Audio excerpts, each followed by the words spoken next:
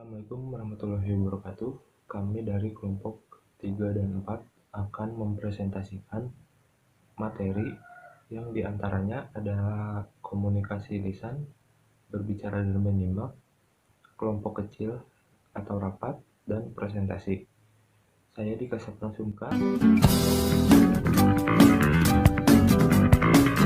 Saya Anggris Madiani, saya akan menjelaskan mengenai komunikasi lisan dalam wawancara bisnis, kemudian berbicara dan menyimak. Saya Nisa Revitasani. Di sini saya akan menjelaskan komunikasi dalam kelompok kecil dan dinamika kelompok.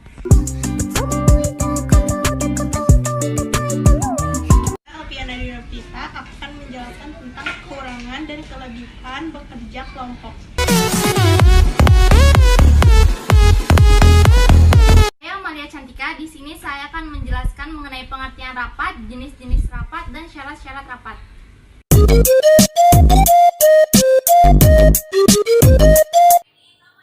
Saya Pipit Oktiani. Di sini saya akan menjelaskan materi tentang presentasi.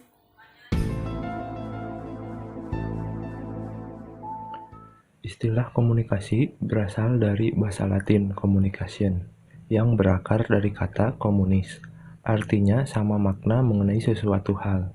Dengan kata lain, suatu peristiwa komunikasi akan berlangsung apabila orang-orang yang terlihat di dalamnya memiliki kesamaan persepsi atau makna mengenai sesuatu hal yang dikomunikasikan. Sebagai sebuah istilah, komunikasi dapat diartikan sebagai penyampaian dan penerimaan pesan atau informasi di antara dua orang atau lebih, dengan menggunakan simbol verbal atau bahasa, dan non-verbal. B. Berbicara dan menyimak. Melakukan wawancara bisnis. Menyimak adalah keterampilan berkomunikasi yang pertama kali diperoleh dan dikuasai anak.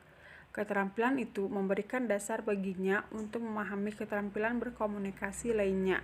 Bayi menggunakan menyimak untuk memulai proses belajar memahami apa yang disampaikan orang lain kepadanya, sekaligus sebagai sarana berlatih baginya menghasilkan bunyi-bunyi bahasa atau berbicara.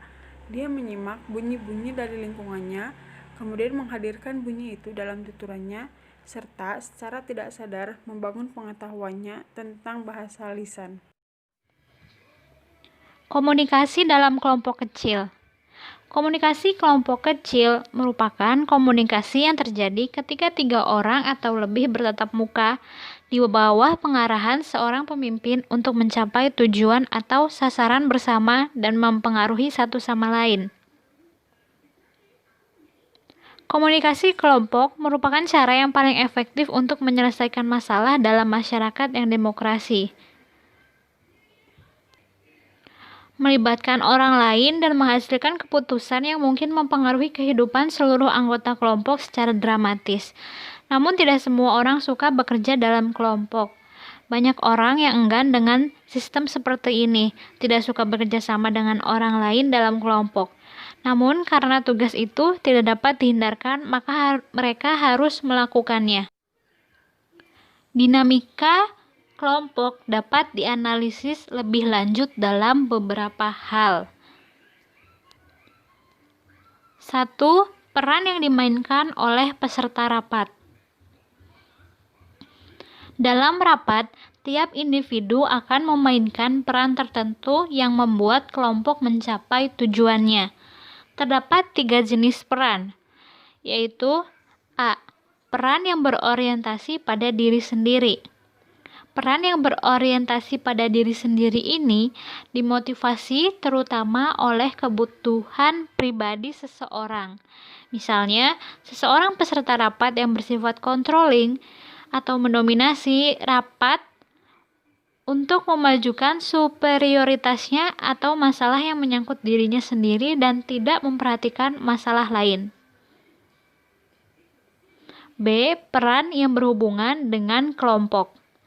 Dalam rapat, seseorang berpikir dan bertindak dengan mengacu pada sumbangannya terhadap pencapaian tujuan rapat. Contohnya, memberi tanggapan terhadap peserta lain, baik yang berhak perhatian secara verbal atau nonverbal. C. Peran yang bersifat fasilitator. Peran yang sebagai fasilitator dilakukan dengan koordinasi, yaitu menunjukkan hubungan antara ide-ide dari para peserta, mengklasifikasikan isu atau laporan pendapat, dan meringkas pendapat dari orang lain. Kedua, norma kelompok. Norma kelompok merupakan perilaku struktur yang dibuat kelompok untuk anggotanya. Dengan demikian, semua menentukan batas wilayah antar perilaku yang diterima dan tidak diterima oleh kelompok. Oleh karena itu, seorang individu yang menjadi anggota suatu kelompok akan memiliki norma yang relatif sama dengan anggota lain dalam kelompok tersebut. Ketiga, pengambilan keputusan kelompok. Beberapa keputusan akan diambil secara bersama-sama oleh beberapa orang karena pengambilan keputusan tersebut terlalu benar dan kompleks untuk dilakukan sendiri atau karena keputusan tersebut menyangkut banyak pihak. Keputusan tersebut memiliki kelebihan dan kekurangan yang dibahas sebagai berikut. Kelebihan dan kekurangan bekerja dalam kelompok. Kelebihan bekerja dalam kelompok yaitu 1. Lebih kuat. Kekuatan gabungan orang-orang yang bekerja dalam kelompok membuahkan hasil yang lebih baik daripada bekerja sendiri. 2. Lebih kreatif. Dalam suatu kelompok ada banyak informasi pendukung sehingga suatu ide yang kecil bisa dikembangkan menjadi sebuah ide yang besar. 3. Lebih banyak belajar. Pada saat bekerja dalam kelompok, seseorang bisa sekaligus belajar pada saat mengemukakan ide atau pendapat, ia belajar mengungkapkan perasaannya sendiri. 4. Kemungkinan melaksanakan keputusan lebih besar.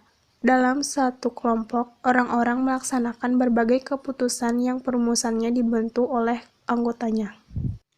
Kekurangan bekerja dalam kelompok. 1. Kemungkinan didominasi individu.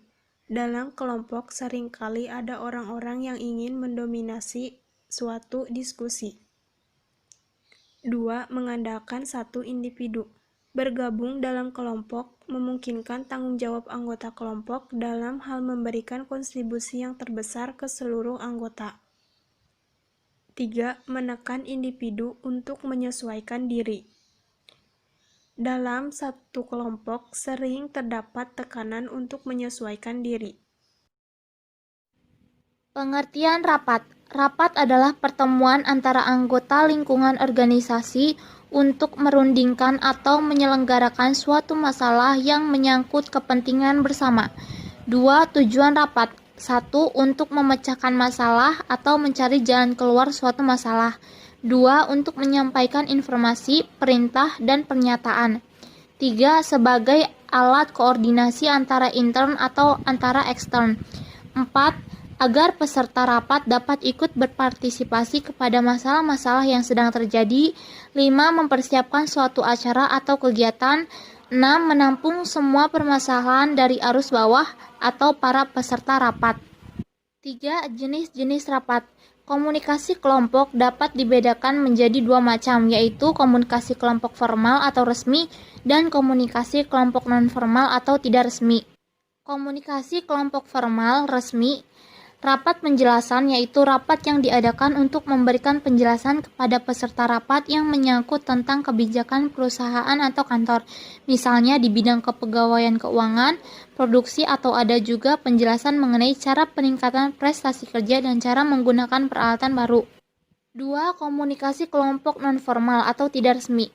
Ciri-ciri kelompok tidak resmi adalah 1. Jumlah pesertanya tidak banyak. 2. Terjadi tidak sengaja. 3. Tidak terkait dengan tempat, artinya dapat terjadi di mana saja. 4. Syarat-syarat rapat. Untuk mengadakan rapat yang baik diperlukan beberapa persyaratan yang harus dipenuhi oleh semua pihak yang terlibat dalam rapat. Persyaratan itu antara lain: 1. Suasana terbuka. Artinya semua peserta rapat harus selalu siap dan rela menerima berbagai informasi dari semua pihak yang terlibat dalam rapat itu. Yang kedua, bimbingan dan pengawasan. Agar semua pelaksanaan dalam rapat berpedoman pada ketentuan-ketentuan yang ada, maka kepada semua peserta rapat perlu diberi bimbingan dan pengawasan. 3. Hindari perdebatan. Sasaran rapat adalah mendapatkan masukan dari peserta rapat berupa saran-saran, ide-ide, dan lain-lain. 4. Hindari monopoli. Salah satu faktor keberhasilan rapat adalah kebersamaan. Dari mulai peserta rapat, pimpinan rapat mempunyai hak yang sama, baik dalam berbicara mengeluarkan pendapat atau menggunakan fasilitas yang ada dan tidak boleh ada yang memonopoli pembicaraan dalam rapat. 5. Pertanyaan singkat dan jelas. Agar pertanyaan peserta rapat dapat dijawab dengan jelas oleh pimpinan rapat, maka peserta harus mengajukan pertanyaan secara singkat tetapi jelas. Yang keenam, partisipasi. Setiap peserta rapat dituntut untuk turut berpartisipasi aktif dalam rapat. Peserta rapat harus menjadi pendengar yang baik saat menerima penjelasan dan pada saat tanya jawab atau diskusi. 1. Unsur-unsur dalam sebuah presentasi. A. Presenter.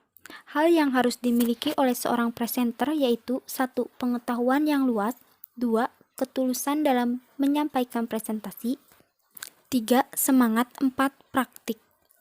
2. Materi. Materi adalah bahan atau topik yang akan disampaikan dalam presentasi. Kriteria dalam menentukan topik. 1. Sesuaikan dengan latar belakang. 2. Pilihlah topik yang menarik minat, perhatian audien. 3. Sesuaikan dengan audien. 4. Sesuaikan dengan waktu dan situasi. 5. Penyampaiannya dapat didukung dengan bahan atau materi lain yang masih berhubungan dengan materi yang dibahas. 3. Sarana. Sarana atau alat bantu adalah alat-alat yang digunakan agar penyampaian presentasi lebih menarik. Fungsi alat bantu antara lain: 1. Menarik perhatian audien. 2. Menunjang pengertian dan membantu pemahaman audien. 3. Memperkuat pengingatan materi yang disampaikan. 4. Memberikan hiburan. 4. Audien. Hal-hal yang harus diperhatikan mengenai audien antara lain mengenai jumlah, usia, jenis kelamin, pekerjaan, pendidikan, agama, adat istiadat, dan budaya. Pemilihan teknik presentasi agar efektif dan menunjang penyampaian informasi hendaknya disesuaikan dengan materi yang akan disampaikan, latar belakang audien, dan tempat dilaksanakannya presentasi. Dalam melakukan presentasi, terdapat beberapa teknik yang dapat dipelajari sehingga tujuan presentasi dapat tercapai. D. Presentasi. Presentasi yaitu suatu bentuk laporan lisan mengenai suatu fakta tertentu kepada komunikan. Hal ini berarti bahwa presentasi merupakan salah satu bentuk komunikasi verbal, yaitu salah satu bentuk komunikasi yang digunakan untuk menyampaikan pesan kepada pihak lain melalui tulisan atau lisan. Dengan penyampaian pesan secara tulisan atau lisan, ini diharapkan orang dapat memahami apa yang disampaikan oleh pengirim pesan dengan baik. Sedangkan menurut Erwin Sutomo, presentasi merupakan sebuah kegiatan aktif di mana seorang pembicara menyampaikan dan mengkomunikasikan ide serta informasi kepada sekelompok audien. Dari pernyataan tersebut dapat diambil suatu kesimpulan jika presentasi merupakan kegiatan yang dilakukan secara aktif dengan melibatkan orang lain selain pembicara, sehingga pembicara harus mampu membuat presentasi menarik untuk diikuti. Pada umumnya, audien merasa bosan karena topik yang dibicarakan kurang menarik atau pembicara kurang mampu menyampaikan materi dengan baik.